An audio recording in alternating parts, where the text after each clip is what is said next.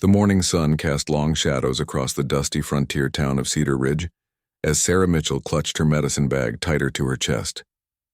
Her heart pounded with each step she took down the wooden sidewalk, knowing that every second counted. Inside her modest home, her 8-year-old daughter Emma lay burning with fever, her small body fighting against the infection that had taken hold 3 days earlier. Sarah had tried everything she knew: cool cloths on Emma's forehead, willow bark tea, prayers whispered in the dark hours of night. Nothing worked. The fever climbed higher, and Emma's breathing became more labored with each passing hour. When Dr. Henderson finally arrived from the neighboring town that morning, his grim expression told Sarah everything she feared. "The infection has spread," he said quietly, removing his spectacles to clean them with shaking hands. "She needs medicine that I don't have here. There's a new treatment available, but it's only at the Army post 60 miles north. Someone would have to ride hard to get there and back." Sarah's husband had died 2 years earlier in a mining accident, leaving her to raise Emma alone. She had no horse capable of making such a journey, and the few men in town who might help were either too old or too afraid of the dangerous territory that lay between Cedar Ridge and Fort Collins. The route was known for its treacherous terrain and the presence of hostile bands who didn't welcome strangers. Standing outside the general store now, Sarah watched the townspeople go about their daily business. Mrs. Patterson swept her porch, avoiding eye contact. Tom Bradley loaded supplies onto his wagon but turned away when he saw her approaching. One by one she had asked for help, and one by one they had found excuses. The journey was too dangerous. Their horses weren't fast enough. They had their own families to think about. Desperation clawed at Sarah's chest as she realized she was running out of options. Emma's condition was worsening by the hour, and Dr. Henderson had warned that without the medicine, her daughter might not survive another day. The thought of losing the only family she had left made her stomach twist with anguish. That's when she heard the sound of approaching hoofbeats. A lone rider emerged from the heat shimmer at the edge of town, sitting tall in his saddle on a magnificent black stallion. Even from a distance, Sarah could see this was no ordinary traveler. The way he carried himself, the quality of his horse, the careful way his eyes scanned the street as he rode, spoke of someone accustomed to danger. The man dismounted outside the saloon with fluid grace, his boots hitting the dusty ground without a sound. He was tall and lean, with weathered features that suggested years spent under the open sky. His dark hair was longer than most men wore in town, and there was something in his bearing that set him apart from the farmers and shopkeepers who made up most of Cedar Ridge's population. Sarah had heard whispers about men like him. Drifters who lived by their own code, who could ride faster and shoot straighter than ordinary folk. Some called them gunfighters, others called them trouble. But as she watched him secure his horse with practiced efficiency, Sarah saw something else. She saw her daughter's only hope. Taking a deep breath to steady her nerves, Sarah crossed the street toward the stranger. Her hands trembled as she approached, but she forced herself to keep walking. Emma's life depended on finding someone brave enough and skilled enough to make the dangerous journey to Fort Collins. The man looked up as she drew near, his steel-gray eyes taking her measure in a single glance. There was wariness there, but also something that might have been kindness beneath the hard exterior. "Excuse me, sir," Sarah began, her voice barely above a whisper. "I need to ask you something. It's about my daughter." He straightened slowly, giving her his full attention. "What kind of trouble?" "She's dying," Sarah said, the words coming out in a rush. "The doctor says she needs medicine from Fort Collins, but it's 60 miles through dangerous country. No one in town will make the ride." The stranger's expression didn't change, but something flickered in his eyes. "That's rough country," he said quietly. "Not many would chance it." "I know," Sarah replied, fighting back tears. "But she's all I have left. If someone doesn't get that medicine, I'm going to lose her." She reached into her pocket and pulled out a small leather pouch containing every dollar she had saved. "I can pay. It's not much, but it's everything I have." The man looked at the offered money but didn't reach for it. Instead, he studied Sarah's face, perhaps seeing the desperation there, the love of a mother willing to do anything to save her child. "What's your name?" he asked. "Sarah Mitchell." "My daughter is Emma. She's 8 years old." The stranger nodded slowly. "I'm called Comanche," he said, "and I've been to Fort Collins before." Hope flared in Sarah's chest for the first time in days. "Will you help us? Will you make the ride?" Comanche looked toward the north, where the road disappeared into the wilderness that lay between Cedar Ridge and the army post. His jaw tightened as he considered the request. Sarah could see him weighing the dangers against whatever motivation might drive him to help a stranger. "The fever's getting worse?" he asked. "Yes," Sarah whispered. "The doctor says if she doesn't get the medicine soon—" She couldn't finish the sentence. Comanche was quiet for a long moment, his hand resting on the neck of his black stallion. Finally, he looked back at Sarah. "Show me the girl." Sarah's heart leaped as she led him toward her small house at the end of the street. Inside, Dr. Henderson looked up from Emma's bedside with surprise as the stranger entered. Emma lay still and pale, her breathing shallow and rapid. Comanche stood in the doorway for a moment, taking in the scene. Then he turned to Sarah with determination in his eyes. "I'll need a description of the medicine and a letter for the post commander," he said, "and I'll need to leave within the hour if I'm going to make good time." Sarah felt tears of relief streaming down her face. "Thank you," she whispered. "Thank you so much." But even as hope returned, she couldn't shake the feeling that she was asking this stranger to risk his life for people he had never met. The journey ahead would test both his courage and his skill, and she could only pray that her faith in him wasn't misplaced. Comanche checked his saddlebags one final time as Dr. Henderson finished writing the urgent letter to Fort Collins. The sun had climbed higher, and every minute that passed meant Emma's condition could worsen. His black stallion Thunder stamped impatiently, sensing the urgency in his master's movements. "The medicine is called sulfanilamide," Dr. Henderson explained, sealing the letter with wax. "It's new, but the Army surgeons have had success treating severe infections with it. Tell them it's for a child and they'll know the proper dosage." Comanche tucked the letter securely inside his vest pocket, along with the money Sarah had insisted he take. He had tried to refuse it, but she wouldn't hear of it. "A man deserves payment for risking his life," she had said firmly. As he swung into the saddle, Sarah emerged from the house. Her eyes were red from crying, but there was hope there too. "She's asking for water," she said. "That's the first thing she said all morning." "That's a good sign," Dr. Henderson nodded. "But we still need that medicine. How long do you think the journey will take?" Comanche studied the sky, calculating distances and terrain. "If I push hard and don't run into trouble, I can be there by midnight. Getting back will depend on what I find at the fort."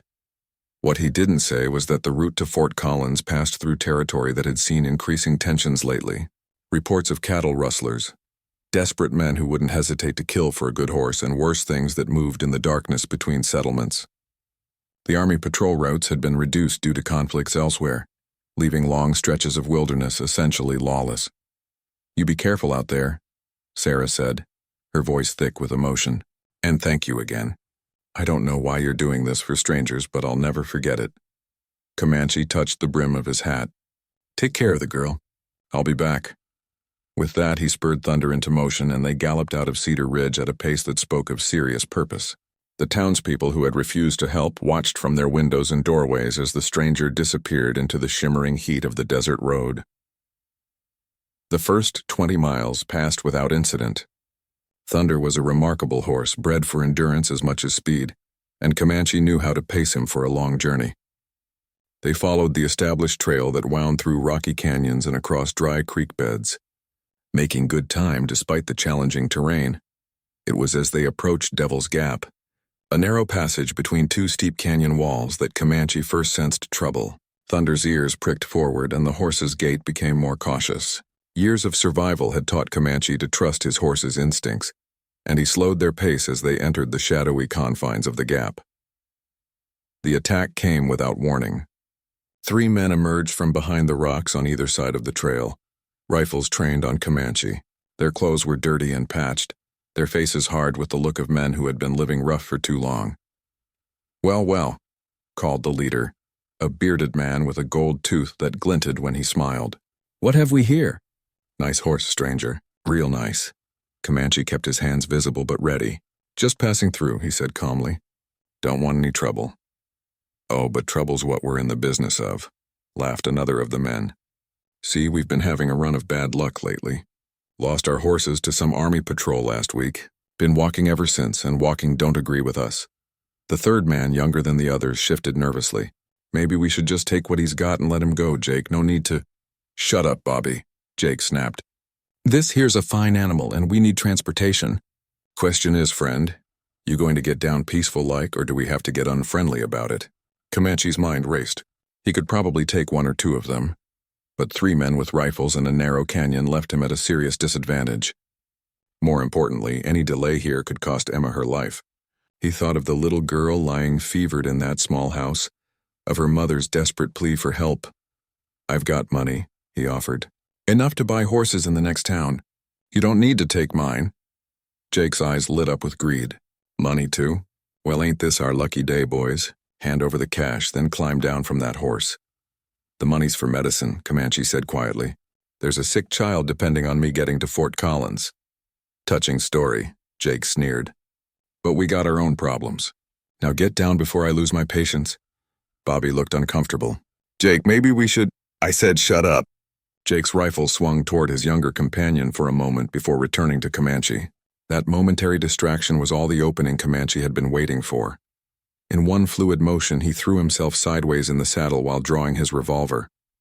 The first shot took Jake in the shoulder, spinning him around. The second man got off a wild shot that went high before Comanche's bullet found its mark.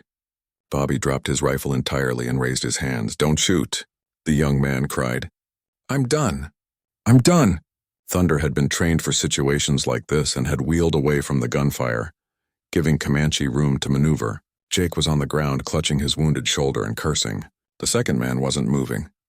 Get your friend and get out of here, Comanche told Bobby, his gun still trained on the survivors. If I see you again, I won't be so generous. Bobby helped Jake to his feet and the 2 men stumbled away into the rocks, leaving their rifles behind. Comanche waited until they were out of sight before holstering his weapon and checking Thunder for injuries. The horse was unharmed but alert, ready to continue the journey. The gunfight had cost them precious time, but it could have been much worse. As they rode out of Devil's Gap, Comanche pushed Thunder to a faster pace. The sun was beginning its descent toward the western horizon, and they still had 40 miles to cover. The landscape gradually changed as they climbed into higher country. The desert gave way to rolling hills covered with pine and aspen trees. The air grew cooler and Thunder's breathing came easier despite their rapid pace. They passed abandoned homesteads and the remnants of dreams that hadn't survived the harsh realities of frontier life. As evening approached, Comanche allowed himself a moment of cautious optimism. They had made good time despite the delay at Devil's Gap, and the most dangerous part of the journey was behind them. The final approach to Fort Collins would be through settled country where the army maintained regular patrols. But as the last light of day faded from the sky, new challenges would emerge. The darkness would hide both opportunities and dangers, and Comanche knew that reaching the fort was only half the battle. Getting the medicine and making the return journey would test both his endurance and his determination in ways he was only beginning to understand. The moon was high and bright when Comanche finally spotted the lights of Fort Collins in the distance. Thunder had maintained a steady pace through the cool night air, but both horse and rider were feeling the strain of the long journey. Comanche's back ached from hours in the saddle, and his eyes burned from scanning the darkness for potential threats. As they approached the fort's outer perimeter, a sentry's voice rang out from the darkness. Halt, who goes there? Comanche Morrison, riding from Cedar Ridge with an urgent medical request, he called back. Using the full name he rarely shared with anyone, a lantern appeared, held by a young soldier who emerged from a guard post. Behind him, Comanche could see the reassuring sight of the fort's walls and buildings. State your business, sir. I have a letter from Dr. Henderson requesting medicine for a dying child. I need to speak with whoever's in charge of medical supplies. The soldier studied Comanche carefully in the lantern light, taking in his travel-worn appearance and the obvious quality of his horse. That would be Lieutenant Morrison, sir. But it's past midnight. He'll be asleep. Then wake him, Comanche said firmly. This can't wait until morning. Something in his tone convinced the soldier that this was indeed urgent. Follow me, sir. I'll take you to the infirmary. The fort was larger than Comanche had expected, with neat rows of buildings and well-maintained grounds that spoke of military discipline. Soldiers moved about on night duties, and the smell of coffee and wood smoke drifted from the mess hall. It was a world apart from the rough frontier town he had left that morning. Lieutenant Morrison turned out to be a tired-looking man in his 40s who emerged from his quarters wearing a hastily donned uniform over his nightclothes. He read Dr. Henderson's letter by lamplight, his expression growing more serious with each line. Sulfanilamide for an 8-year-old girl, he murmured. Henderson's right that we have it, but it's restricted for military use only. I'd need authorization from the commanding officer to release it to civilians. Comanche felt his heart sink. Where is the commanding officer? Colonel Bradley is in Denver for meetings with territorial officials. He won't be back for 3 days. The child doesn't have 3 days, Comanche said quietly. According to the doctor, she might not have until morning. Lieutenant Morrison studied Comanche's face in the lamplight. You rode 60 miles through dangerous country for someone else's child? Her mother asked for help. No one else would go. The lieutenant was quiet for a long moment, weighing regulations against human need. Finally, he made his decision. Wait here. He disappeared into the medical building and returned 10 minutes later with a small leather pouch. This is enough sulfanilamide for a full course of treatment. The dosage instructions are written inside. Tell Dr. Henderson that Lieutenant Morrison takes full responsibility for this decision. Comanche felt a wave of relief wash over him. Thank you. You may have saved her life. Just get it there safely, the lieutenant replied. And ride careful. We've had reports of increased bandit activity on the southern routes. Back in the saddle, Comanche pushed Thunder into an easy lope that would cover ground without exhausting the horse. The return journey would be even more dangerous than the ride north. Bandits knew that travelers returning from the fort might be carrying money or supplies, making them attractive targets. The first hint of dawn was showing in the eastern sky when they encountered the next challenge. As they descended into a valley where the trail crossed a small creek, Comanche spotted movement in the trees ahead. His hand moved instinctively to his revolver as he slowed Thunder to a walk. That's far enough, friend, came a voice from the shadows. Step down and keep your hands where I can see them. 2 men emerged from cover, both armed with rifles. They were better dressed than the bandits he had encountered at Devil's Gap, and there was a professional quality to their movements that suggested military training. We're not looking for trouble, said the taller of the 2 men. Just checking on travelers in these parts. There have been some robberies lately. Something about their manner didn't sit right with Comanche. Real lawmen would have identified themselves immediately, and their position suggested an ambush rather than a legitimate checkpoint. You boys got badges? He asked calmly. The 2 men exchanged glances. We don't need badges to ask questions, the shorter one said. Now step down like my partner told you. Comanche remained in the saddle, his body coiled and ready for action. The medicine in his saddlebag seemed to burn against his leg, a reminder of what was at stake. Emma was depending on him, and he couldn't afford to let these men delay him further. I'm carrying medicine for a dying child, he said. I don't have time for games. Medicine, you say? The tall man's eyes lit up with interest. That could be valuable. Some folks pay good money for the right kind of medicine. This is for a little girl who'll die without it. Sad story, the short man sneered. But business is business. Now get down or we'll put you down. Comanche's mind raced through his options. These men were positioned well, with cover and clear fields of fire. But they had made one mistake. They were focused entirely on him and hadn't paid enough attention to Thunder. Easy now, Comanche said, slowly moving his hands toward the saddle horn. I'm getting down.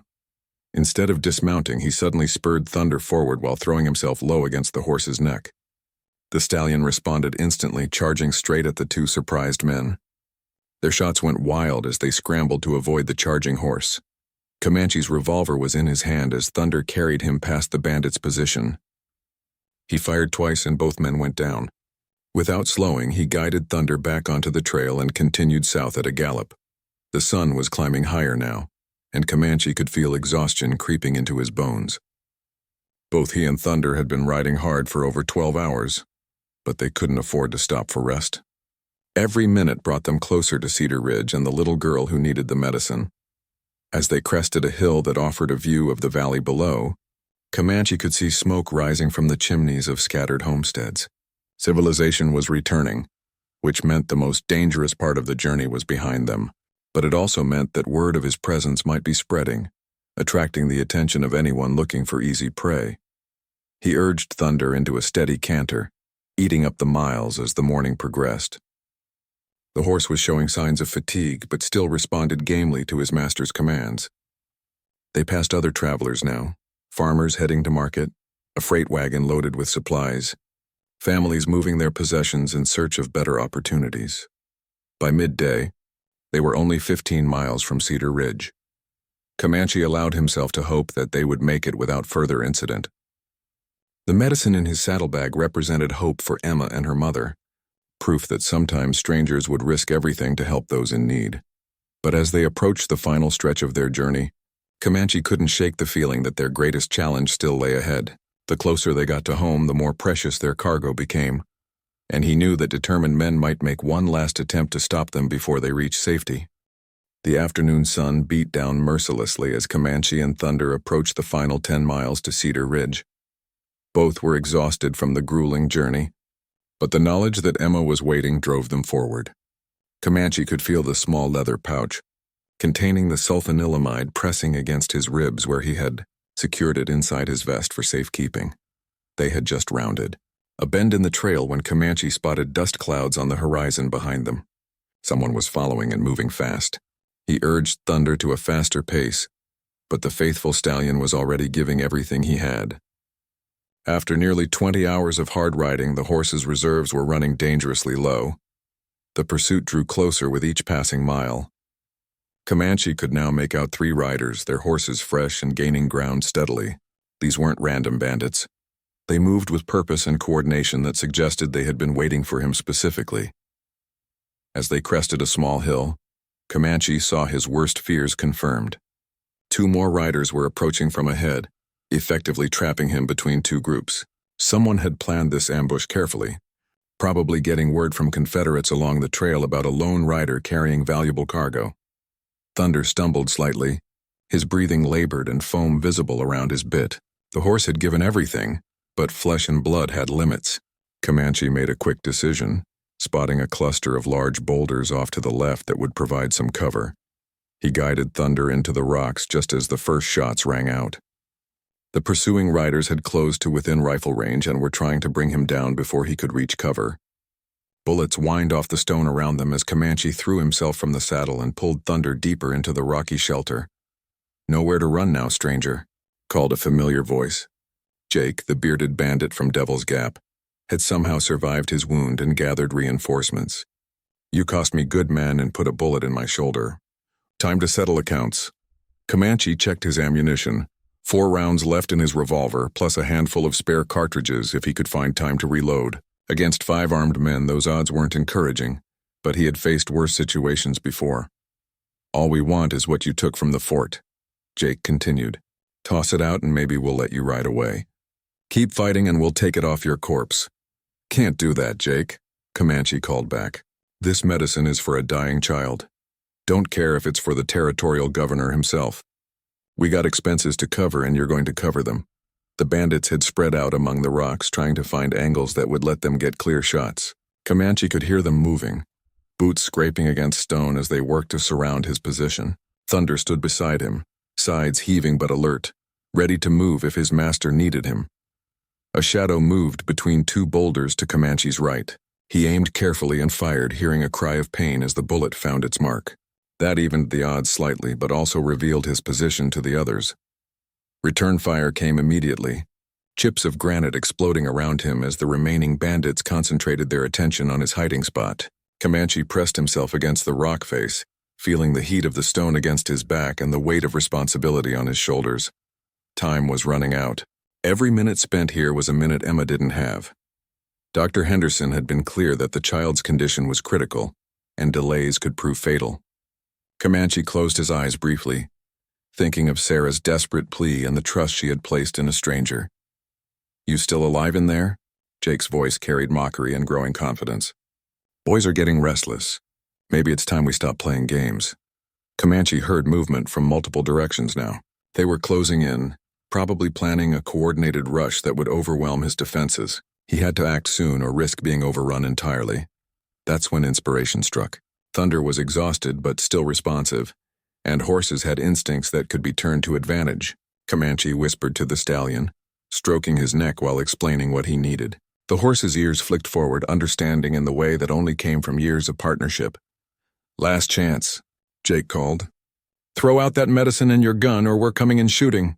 Instead of answering, Comanche suddenly vaulted into the saddle and spurred Thunder directly toward the largest group of bandits. The move was so unexpected that their shots went wild as the stallion burst from cover like a thunderbolt. Thunder's hooves struck sparks from the rocky ground as they charged through the bandits' position. One man tried to grab the horse's bridle and went down under the stallion's iron-shod feet. Another dove for cover as Comanche's remaining bullets found their targets. They broke clear of the ambush and galloped toward the trail, but their escape had come at a cost. Thunder was faltering badly now, his stride uneven and labored. A mile further on, the horse finally stumbled and nearly went down, forcing Comanche to stop. He dismounted and checked Thunder carefully. The stallion wasn't seriously injured, but he was completely exhausted. His great heart was still willing, but his body had reached its limits. They were still 8 miles from Cedar Ridge. Too far to walk and arrive in time to help Emma. Comanche stood beside his faithful horse, feeling despair creep into his heart for the first time since beginning this journey. He had come so far, overcome so many obstacles, only to be stopped by the simple fact that even the best horse had limits. That's when he heard the sound of approaching hoofbeats from the direction of Cedar Ridge. His hand went to his empty revolver, expecting to face more trouble, but what he saw instead filled him with hope. Dr. Henderson was riding toward them, accompanied by Tom Bradley and 2 other men from town. They had come looking for him, worried when he didn't return as expected. Their horses were fresh and Bradley was leading a spare mount. "Thank God you're alive," Dr. Henderson called as they drew near. "We heard shooting and feared the worst. How's the medicine?" Comanche pulled the leather pouch from his vest, relief flooding through him as he confirmed it was undamaged. "Got it. How's Emma?" "Hanging on, but barely. We need to get this to her immediately." Comanche quickly transferred his saddle to the fresh horse while Dr. Henderson examined Thunder. "He'll be fine with rest," the doctor assured him. "Tom can lead him back to town slowly." As they raced toward Cedar Ridge on fresh mounts, Comanche allowed himself to believe that they might actually succeed. The sun was beginning to set, painting the sky in brilliant shades of orange and red, but there was still time. Emma was still fighting, and now she would have the medicine she needed to win that fight. The final miles passed in a blur of determined riding and growing hope. Soon the familiar buildings of Cedar Ridge appeared ahead, and Comanche could see Sarah waiting anxiously in front of her house, silhouetted against the lamplight streaming from her doorway. Sarah ran toward them before they had even dismounted, her face a mixture of desperate hope and barely contained fear. The hours of waiting had taken their toll, and Comanche could see the exhaustion and worry written in every line of her face. "Please tell me you got it," she whispered, her hands clasped together as if in prayer. "Please tell me you have the medicine." Comanche pulled the leather pouch from his vest and placed it gently in her trembling hands. "Sulfanilamide from Fort Collins. The lieutenant said there's enough for a complete treatment with dosage instructions inside." Sarah's knees nearly buckled with relief. Tears streamed down her face as she clutched the precious pouch to her chest. "Thank you," she sobbed. "Thank you so much. I don't know how to repay you." Dr. Henderson was already moving toward the house. "Let's get this started immediately. Every hour counts now." He turned back to Comanche. "You look like you've been through hell. What happened out there?" "Just some folks who didn't want me to complete the delivery," Comanche replied, deliberately understating the dangers he had faced. "Nothing that couldn't be handled." Inside the small house, Emma lay still and pale in her bed, her breathing shallow and rapid. The fever had clearly worsened during Comanche's absence, and her skin had an unhealthy flush that spoke of the infection's continued spread. Sarah sat beside her daughter, gently stroking the child's hair while Dr. Henderson prepared the first dose of medicine. "Emma, sweetheart," Sarah whispered, "the nice man brought your medicine. You're going to get better now." The little girl's eyes fluttered open, unfocused but aware. She looked around the room until her gaze settled on Comanche, who stood quietly in the doorway. "Are you the cowboy Mama said would help me?" she asked in a voice barely above a whisper. Comanche stepped closer to the bed, removing his hat. "I brought you some medicine from the army doctors. They said it's very good at fighting off bad fevers." Emma managed a weak smile. "Thank you, mister. I've been real sick." "I know you have," Comanche replied gently, "but you're going to get better now. Dr. Henderson knows exactly what to do." Dr. Henderson administered the first dose of sulfanilamide, carefully following the instructions provided by Lieutenant Morrison. "This should start working within a few hours," he explained to Sarah. "The fever should begin to break by morning if the medicine is effective." The next few hours passed slowly. Sarah never left Emma's side, monitoring every breath and checking constantly for signs of improvement. Dr. Henderson remained as well, watching for any adverse reactions to the new medicine. Comanche sat in a chair by the window, exhaustion finally catching up with him now that his mission was complete. Word of his successful journey had spread through the town, and several residents stopped by to check on Emma's condition. Mrs. Patterson brought soup for Sarah, looking ashamed as she avoided eye contact with Comanche. Tom Bradley arrived to report that Thunder was resting comfortably at the livery stable and would be fine after a few days of recovery. As the evening wore on, other townspeople began arriving with small offerings: fresh bread, coffee, blankets. It seemed that Comanche's willingness to risk his life for a child had awakened something in the community, a reminder of what people could accomplish when they put others' needs before their own safety. "I should have gone myself," Tom Bradley said quietly to Comanche, or at least tried.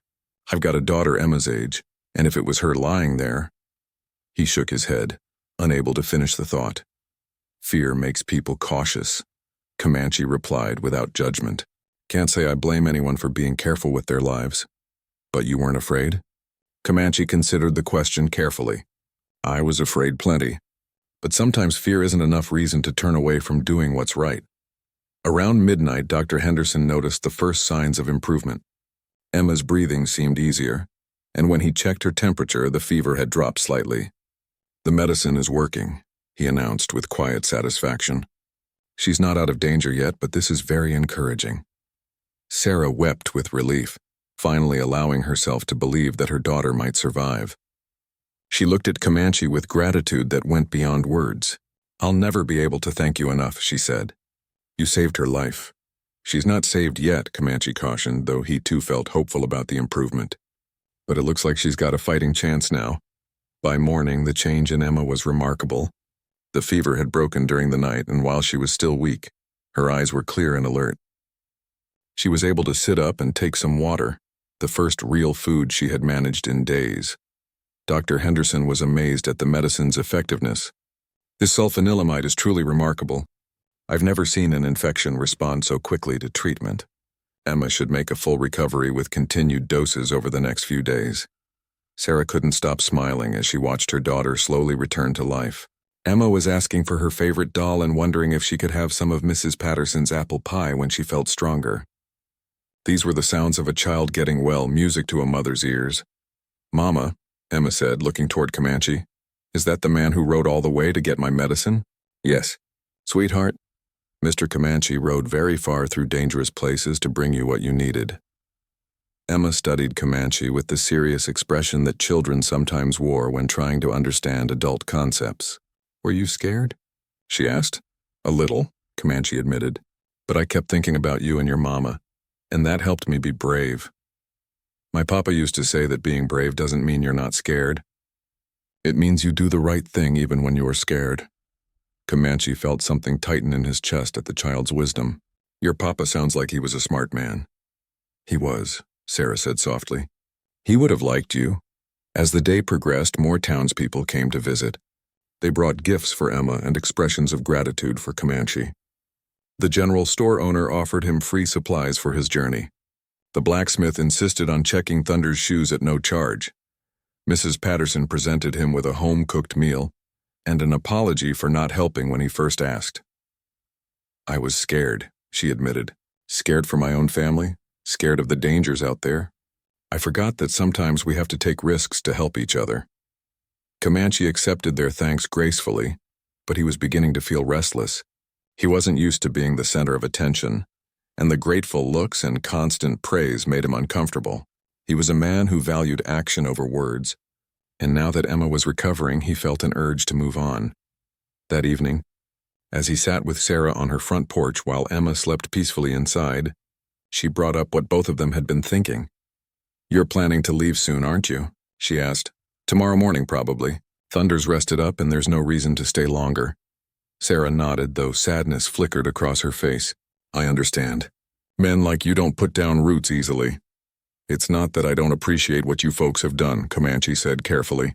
It's just that I'm not the settling type. Emma's going to miss you. She's been talking about how brave you are, how you're like the heroes in the stories her father used to tell her. Comanche shifted uncomfortably. I'm no hero, Sarah. I just did what needed doing. That's exactly what a hero does, she replied quietly. They do what needs doing when no one else will. They sat in comfortable silence for a while, listening to the sounds of the town settling down for the night. Finally, Sarah spoke again.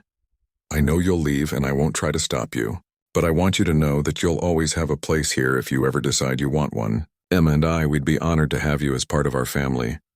The offer touched Comanche more deeply than he expected. In all his years of wandering, he had rarely encountered such genuine warmth and acceptance. For a moment, he allowed himself to imagine what it might be like to stay, to become part of this community, to watch Emma grow up healthy and strong. But the moment passed, and reality reasserted itself. He was a man shaped by movement and solitude, by the open trail and the freedom to go where he pleased. The settled life, no matter how appealing, wasn't for him. That means more to me than you know, he said finally. But I've got trail dust in my blood. Staying in one place too long makes me restless. Sarah smiled sadly but with understanding. I know. I could see it in your eyes from the first day. But the offer stands, now and always. Inside the house, Emma stirred in her sleep, murmuring contentedly. The sound was proof that Comanche's dangerous journey had been worthwhile, that sometimes strangers could make all the difference in the world. As he prepared for one final night in Cedar Ridge, he carried with him the knowledge that he had given a little girl the chance to grow up, and a mother the gift of hope restored. The morning sun was just beginning to paint the eastern horizon when Comanche quietly made his preparations to leave Cedar Ridge. Thunder had recovered well from their grueling journey, showing his usual spirit as Comanche saddled him in the pre-dawn darkness. The stallion seemed to sense that they would be moving on, and his ears pricked forward with anticipation. Comanche had hoped to slip away without fanfare, but as he led Thunder onto the main street, he discovered that word of his departure had somehow spread. Sarah stood waiting by her gate, Emma beside her in a nightgown and bare feet despite the cool morning air. You weren't going to leave without saying goodbye, were you? Sarah asked, though her tone held no accusation, only sadness. Thought it might be easier that way, Comanche admitted, stopping Thunder near the gate. Emma ran forward and wrapped her small arms around Comanche's waist in an impulsive hug. Thank you for saving my life, she said, her voice muffled against his vest. I'll never forget you. Comanche found himself surprisingly moved by the child's gesture. He knelt down to her level, his weathered hands gentle on her shoulders. You take care of your mama and you grow up strong and healthy, you hear? I will, Emma promised solemnly. And maybe someday when I'm grown up, I'll be brave like you and help people who need it. I think you'll be even braver than me, Comanche said with a smile. Sarah stepped forward, pressing a small wrapped package into his hands. Just some food for the trail, she explained. And something else. Comanche unwrapped the package to find biscuits, dried meat, and a small leather folder. Inside the folder was a photograph of Emma smiling, along with a letter written in Sarah's careful handwriting. So you won't forget us, Sarah said quietly. I couldn't forget you if I tried, Comanche replied, tucking the folder carefully into his saddlebag. Other townspeople began emerging from their homes as word spread that Comanche was leaving. Tom Bradley came with his family, wanting to shake hands and express his gratitude one more time. Mrs. Patterson brought a thermos of hot coffee for the trail. Even the town's children gathered to wave goodbye to the man who had become something of a legend in their young minds. Dr. Henderson arrived carrying his medical bag, looking as if he had been up all night with another patient. I wanted to catch you before you left, he said. I've been thinking about what you did and I want you to know it's changed how I see things. How's that, Doc? I've been practicing medicine for 20 years, always focused on what I could do within my own limitations. But watching you ride 60 miles through dangerous country for a child you'd never met, it reminds me that sometimes we have to go beyond what's safe or easy. Dr. Henderson pulled a small bottle from his bag. I've written to colleagues in other towns asking them to stock sulfanilamide. What happened with Emma shouldn't happen again if we're prepared. You've helped save more lives than just hers. As Comanche swung into the saddle, the gathered townspeople began to applaud. It was a sound he had never heard directed at him before, and it made him uncomfortable even as it touched something deep inside his chest. These people saw him as a hero, but he knew the truth was simpler. He had seen someone who needed help, and he had helped. That was what decent people did for each other. "Take care of yourselves," he called to the crowd, "and take care of each other." Thunder stepped forward eagerly, ready for the open trail.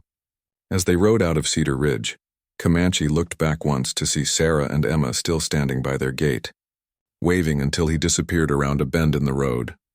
The morning was beautiful, with clear skies and a cool breeze that carried the scent of sage and wildflowers. Thunder settled into an easy gait that ate up the miles without strain. They had no particular destination in mind, which was exactly how Comanche preferred it. The freedom to go wherever the trail led was what he valued most about his wandering life. But as the day progressed, he found his thoughts returning again and again to Cedar Ridge. He remembered Emma's bright smile when she realized she was getting better, Sarah's tears of relief, and the way the townspeople had come together in gratitude and community spirit. For all his talk about needing to move on, part of him wondered what it would have been like to stay. They stopped at midday by a clear stream to rest and water Thunder. As Comanche sat in the shade of a cottonwood tree, he pulled out the letter Sarah had given him. Her words were simple but heartfelt, expressing gratitude that went far beyond the act of bringing medicine. She wrote about how his willingness to help had restored her faith in human goodness, and how Emma talked constantly about the brave cowboy who had saved her life. The letter ended with a passage that made Comanche pause and read it twice. "You say you're not a hero, but you're wrong about that. Heroes aren't people who are never afraid or who always make the right choices. Heroes are people who see someone in need and decide to help, even when it's dangerous or difficult. You didn't just save Emma's life, you showed all of us what it means to put others before ourselves." Comanche folded the letter carefully and tucked it back into his saddlebag. Sarah's words stayed with him as he and Thunder continued their journey, following a trail that led into wild country where few travelers ventured. The landscape was rugged and beautiful, with towering red cliffs and hidden valleys that seemed untouched by human presence. As evening approached, they made camp beside a small lake surrounded by pine trees. Comanche built a small fire and prepared a simple meal, sharing some of Sarah's biscuits with Thunder. The stallion seemed content, grazing peacefully in the meadow while his master sat by the fire and watched the stars emerge in the darkening sky. The solitude felt good after the intensity of the past few days, but it also felt different somehow. For years, Comanche had treasured these quiet moments alone with his thoughts and his horse. Now, though, the silence seemed to echo with memories of Emma's laughter and Sarah's gratitude. He realized that his encounter with them had changed something fundamental inside him. He was still a wanderer at heart, still drawn to the freedom of the open trail. But now he carried with him the knowledge that his actions could make a real difference in people's lives. The next time he encountered someone in need, he would remember Emma's fever breaking and Sarah's tears of relief, and he would know that sometimes the greatest adventures were the ones that helped others find their way home. 3 months later, Comanche found himself riding through a landscape that seemed familiar yet different. The autumn colors painted the hills in brilliant shades of gold and crimson, and there was a crispness in the air that spoke of winter's approach. Thunder moved with his usual sure-footed grace, but both horse and rider carried themselves with a new sense of purpose. The changes had started gradually after leaving Cedar Ridge. At first, Comanche told himself he was simply following interesting trails and exploring new territory. But as the weeks passed, a pattern emerged. He found himself drawn to settlements where trouble was brewing, to places where ordinary people faced challenges beyond their ability to handle alone. In Silver Creek, he had helped a widow defend her ranch against claim jumpers who were trying to steal her land. In Tombstone Flats, he had tracked down rustlers who were stealing cattle from small ranchers who couldn't afford the losses. Each time he told himself he was just passing through, just lending a hand where it was needed. But the truth was becoming harder to ignore. Emma's question from that morning in Cedar Ridge echoed in his mind constantly. Were you scared? Her childish wisdom about bravery, doing the right thing even when you were afraid, had planted a seed that was growing into something larger. Comanche was beginning to understand that his skills with horse and gun, his knowledge of the wilderness and his ability to go places others couldn't, weren't just tools for his own survival. They were gifts that could be used to help people who had nowhere else to turn. The realization had crystallized 2 weeks earlier when he encountered a cavalry patrol carrying news that shook him to his core. The soldiers reported that a band of renegades had attacked an isolated settlement called Pine Valley, making off with supplies and taking several hostages. Among the missing was a family with a young daughter, and something about the description made Comanche's blood run cold. Dark hair, about 8 years old, the sergeant had said.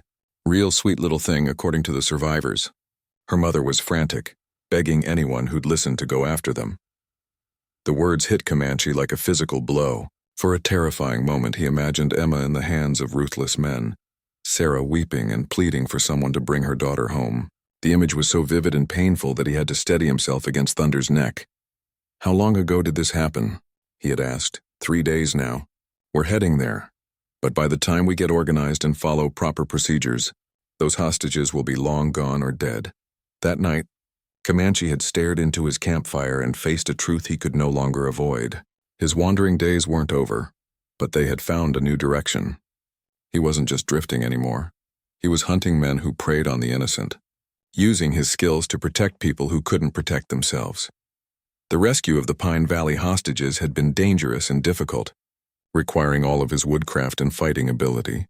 But when he saw the relief in that mother's eyes as she held her daughter again, when he witnessed the gratitude of a community that had given up hope, he knew he had found his true calling. Word of his actions began to spread across the territory. Stories were told around campfires and in saloons about a mysterious rider who appeared when decent folk were in trouble, who could track anyone through any terrain, and who never asked for payment beyond supplies for the trail. Some called him a guardian angel. Others whispered that he was the ghost of some long-dead lawman, still protecting the innocent from beyond the grave. Comanche found the attention uncomfortable, but he couldn't deny that it served a purpose. Word traveled ahead of him now, and sometimes he would arrive in a town to find that the mere rumor of his presence had been enough to make troublemakers think twice about their plans.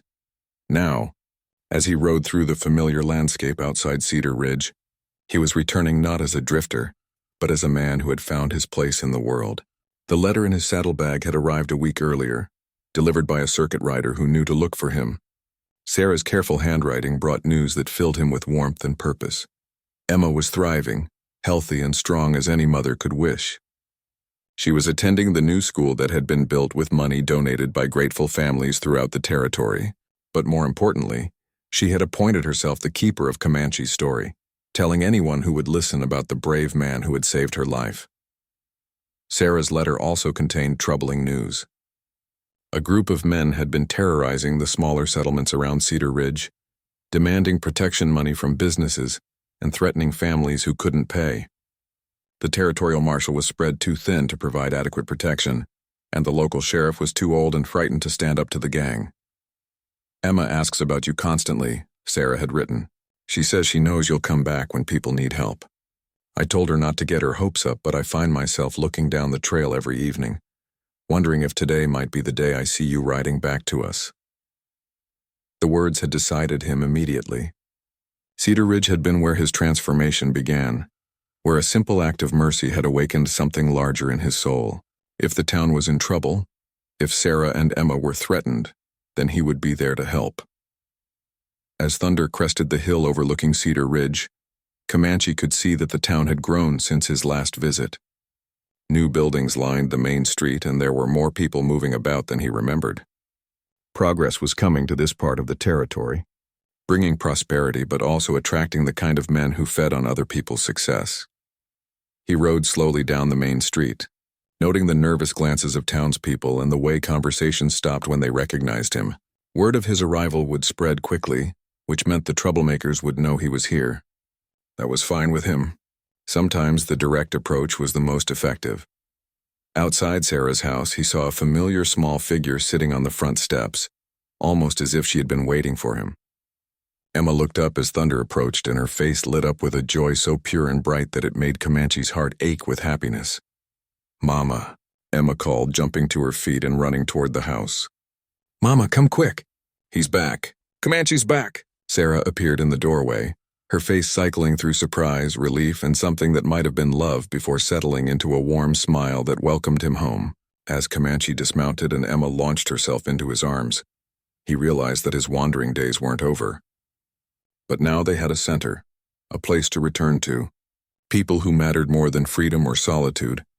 "I heard you folks might need some help," he said simply, holding Emma close while meeting Sarah's eyes over the child's head. "We always need help when bad men come around," Emma said seriously. "But I told Mama you'd come back. I told her heroes always come back when people need them." Looking at this little girl who had changed his life by simply needing him, Comanche finally understood what Sarah had meant in her letter. He wasn't just a wanderer anymore. He was exactly what Emma said he was, a hero who came back when people needed him.